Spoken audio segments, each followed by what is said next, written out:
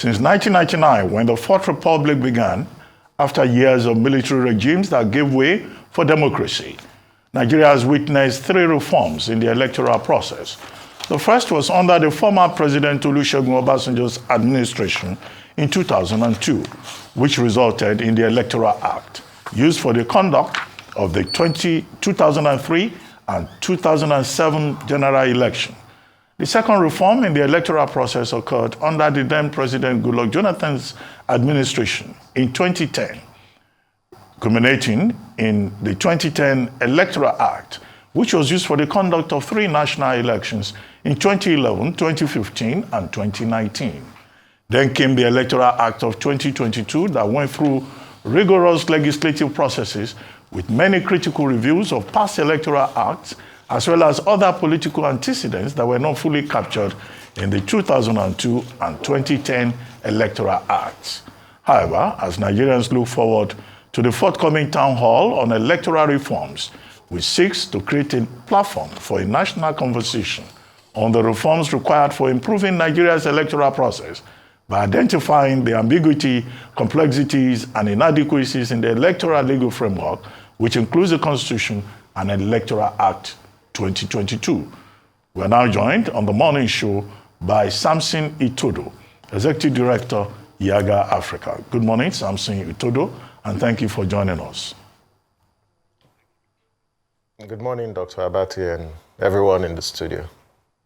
Well, Samson Itodo, can you help make a compelling case for review of the electoral framework going forward in the light of what we have seen in the 2023 general election cycle, lessons learned, and the outcomes of the various matters before the courts?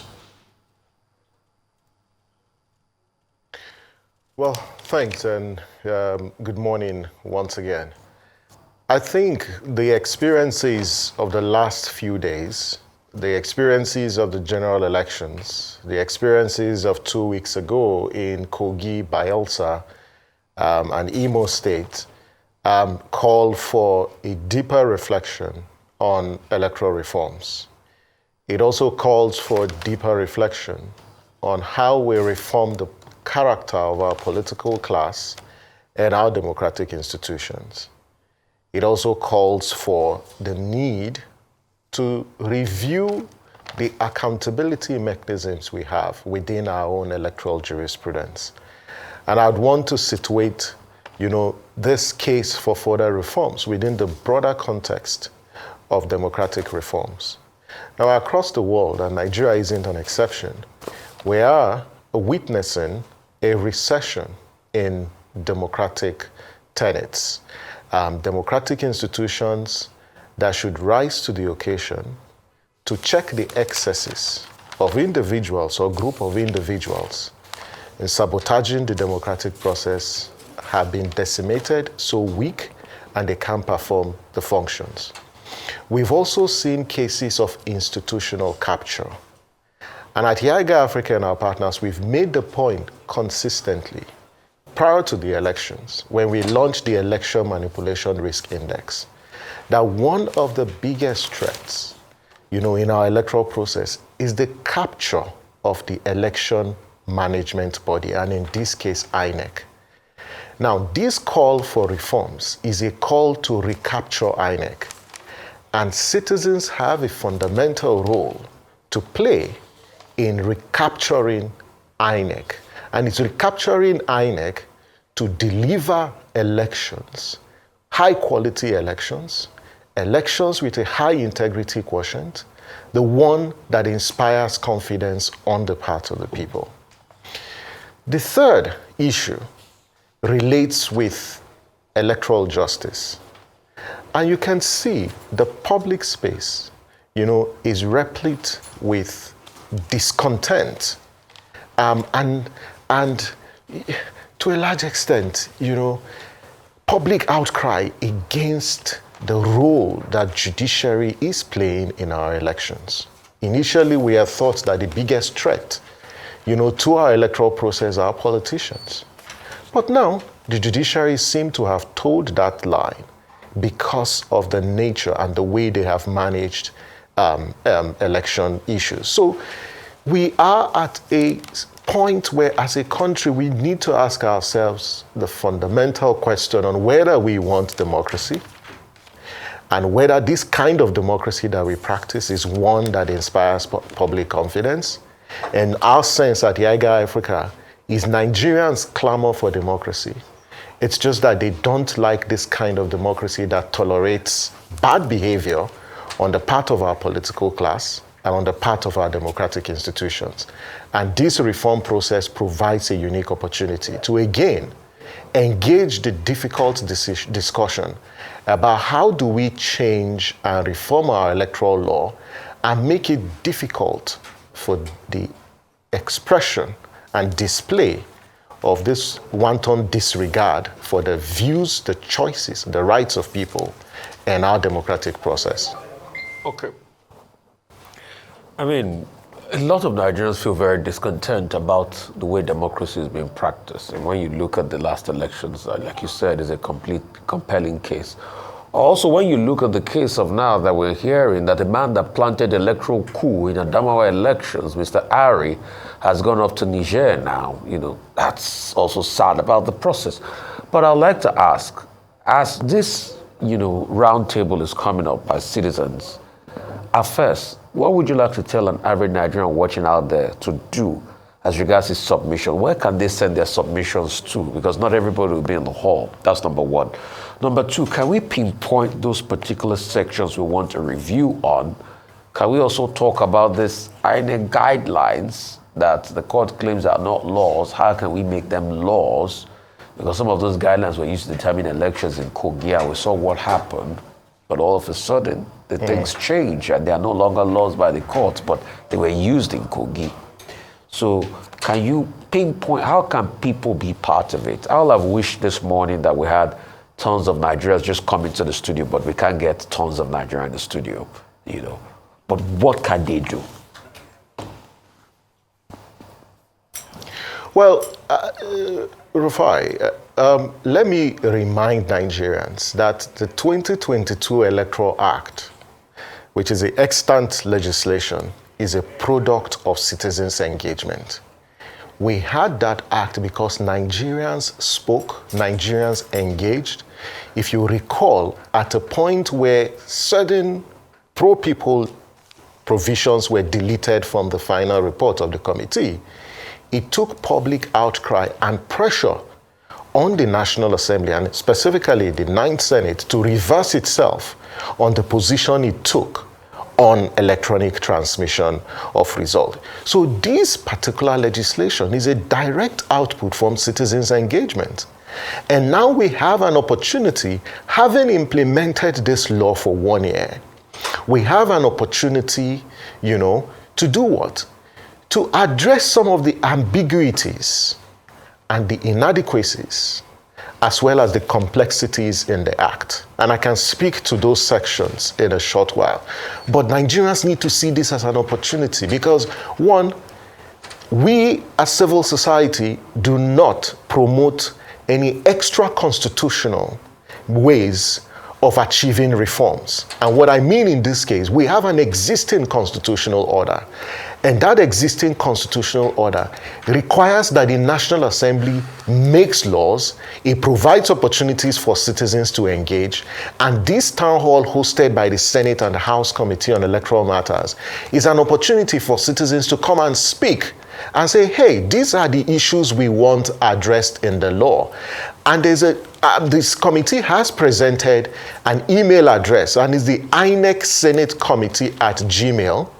And there are about 14 or so thematic issues where the Senate and the House Committee have invited Nigerians to make submissions, in those regard. Secondly, That town hall is going to be aired on Arise TV, which is Tuesday 28th, 10 a.m. to 1 p.m. It's also an opportunity, and citizens can, use the hashtag Electoral Reform NG to post their comments, post their contributions online, but also even reach Arise, because you've also been at the forefront on championing electoral reforms. And for those who can't make it to the town hall, these are the platforms or avenues you can make your voice heard. And we encourage citizens to engage this process, because if you don't, you're going to create space for people who do not prioritize public interest to have their way. The second point and the second question, Rufai, about those sections that need to be addressed. First, let me express the fact that I am not only ashamed, I am disappointed and really angry with the conduct of the last off-cycle election, in particular regard to a situation where result sheets were pre-filled before the conduct of accreditation and voting is the lowest of all lows, and we hope that that particular act, beyond the investigation, that people are going to be sanctioned for that. Because if we are not careful, subsequent elections will adopt the same format, because we have a political class that rather than set good precedent and adopt and follow those precedents, they are so quick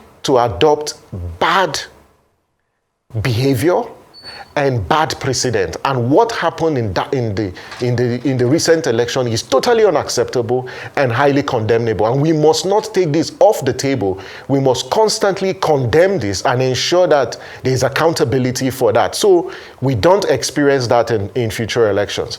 There's a whole clamor for electronic transmission of results. And what we are told, there's an ambiguity within the law. That yes, whilst the law grants INEC,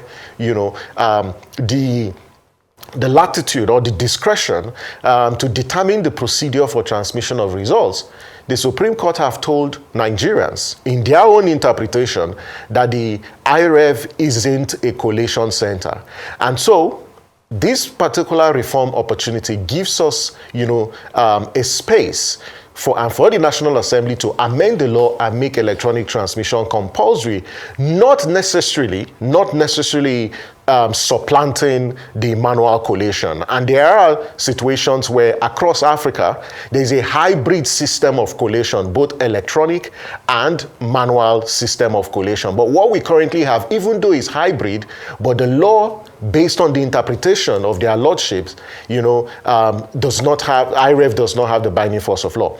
The second issue is around electoral adjudication and the clamor for the conclusion of all election-related cases or election petitions before the swearing in. And we strongly support this particular proposal because it will help sanitize this process, but that also has grave implications, because if you check the time frame and the number of days, it then means we're going to have to review the date of the conduct of our election. So conclude all election petitions before swearing in. The third sort of proposal, which citizens have also, clamored, is this whole concept or this notion about access to voting. Who has access? Who has a right to vote? And what I mean in this case is we have a BVAS that contains, the biometrics of registered voters.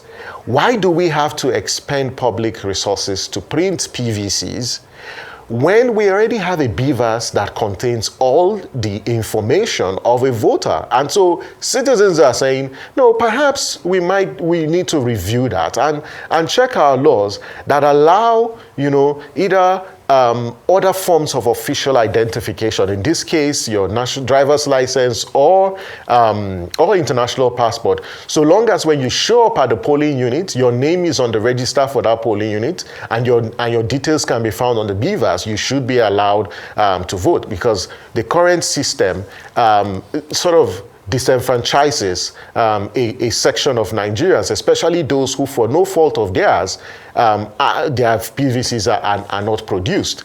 The other issue up for reform relates to the consequence of the non-submission of party register as well as delegate lists to INEC. Currently, what the law does, it requires political parties to submit their list of delegates, their register of members to INEC 30 days before the date of an election or the date of a primaries.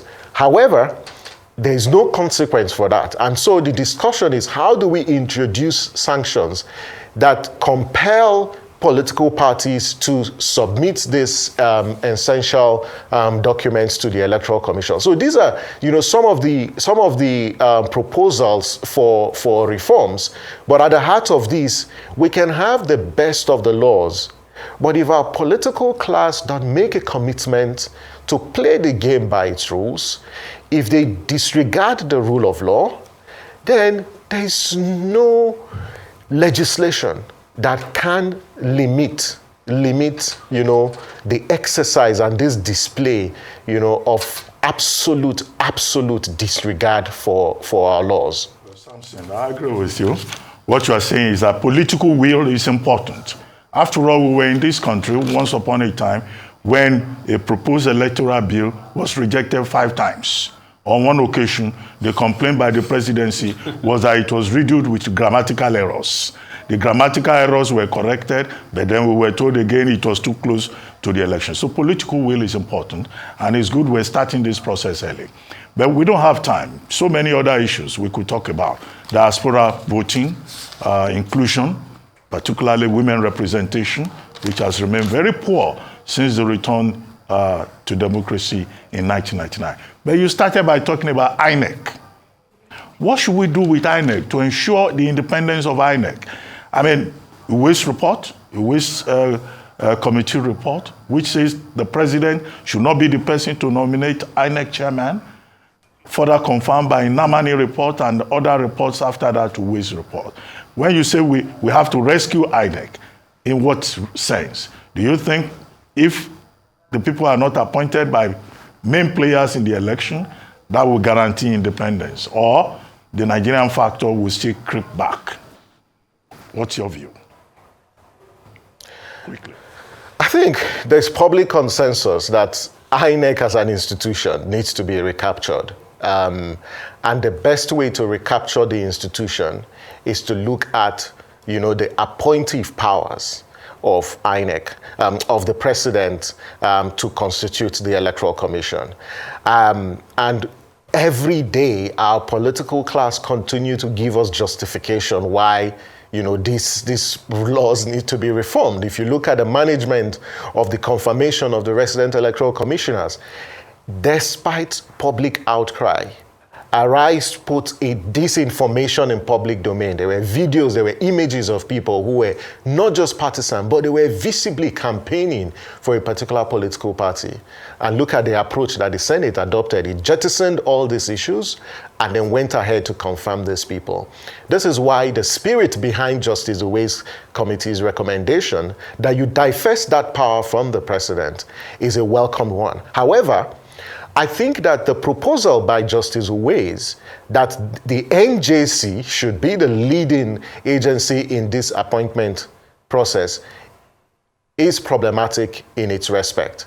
And I really feel that given what we know now about the NJC and its composition and its challenge, we don't think that the recommendation that the NJC should lead in the confirmation or appointment of INEC commissioners is the best way. We need to think about, what other structure can be put in place to harvest contributions from stakeholders on how to make the process open, but subject to public scrutiny.